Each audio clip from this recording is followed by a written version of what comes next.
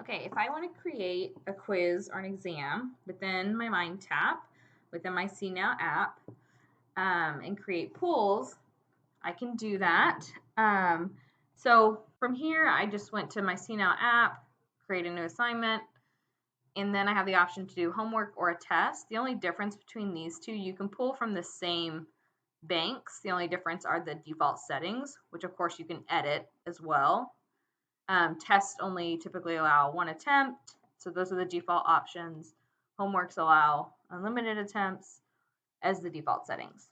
So I'm going to click continue. I'm going to give this a name, say week 1 quiz. So here is the test bank down here. Up here are all the homework banks. So these are the existing assignments that are within my MindTap, but the test bank is not. So if I want maybe just 50 questions for multiple chapters, I can absolutely just select all the chapters here, click continue, have it randomly select 50.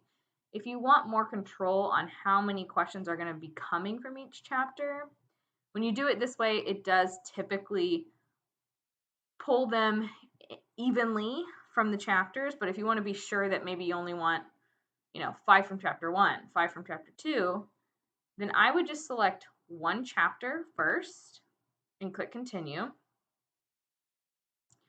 And you'll get your filters that you can play around with as well.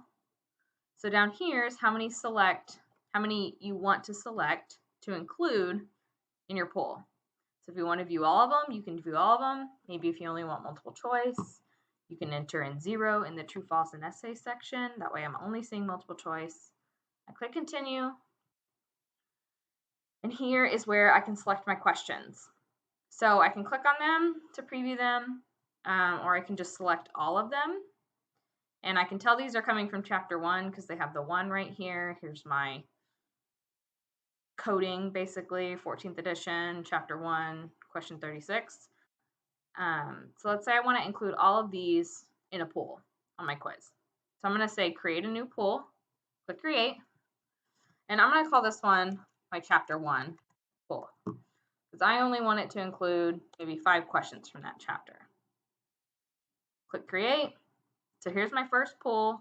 It's going to randomly select 5 out of these 35, and each student is going to have a different set. So now that I have chapter 1 done, I can go down here to add more questions, the bottom left. And now what I want to do is I want to deselect chapter 1, and I only want to see chapter 2. And I click update.